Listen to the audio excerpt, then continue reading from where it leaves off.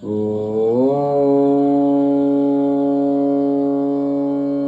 Meditation తాలూకా గొప్పతనం ఏంటి అంటే ఇది మనకి భగవంతుడు ఇచ్చిన పెద్ద వరం అన్నమాట. మామూలు చిన్న చిన్న వరం కాదు, చాలా పెద్ద వరం. భగవంతుడి కోసం వందల వేల ప్రయత్నాలు చేసినా కూడా మనం భగవంతుడికి చేరలేము. కానీ ఒక్క ధ్యానం ద్వారా భగవంతుడిని మనం ఇన్నర్గా కనెక్ట్ అయిపోతాం. అంటే భగవంతుని హృదయానికి కనెక్ట్ అయిపోతాం మనం. ఇంకా బయట కాళ్ళు తాకితే చాలు, చేతులు తాకితే చాలు ఇది కాదు. సాక్షాత్తు భగవంతుడికి హృదయానికే మనం కనెక్ట్ అయిపోతాం.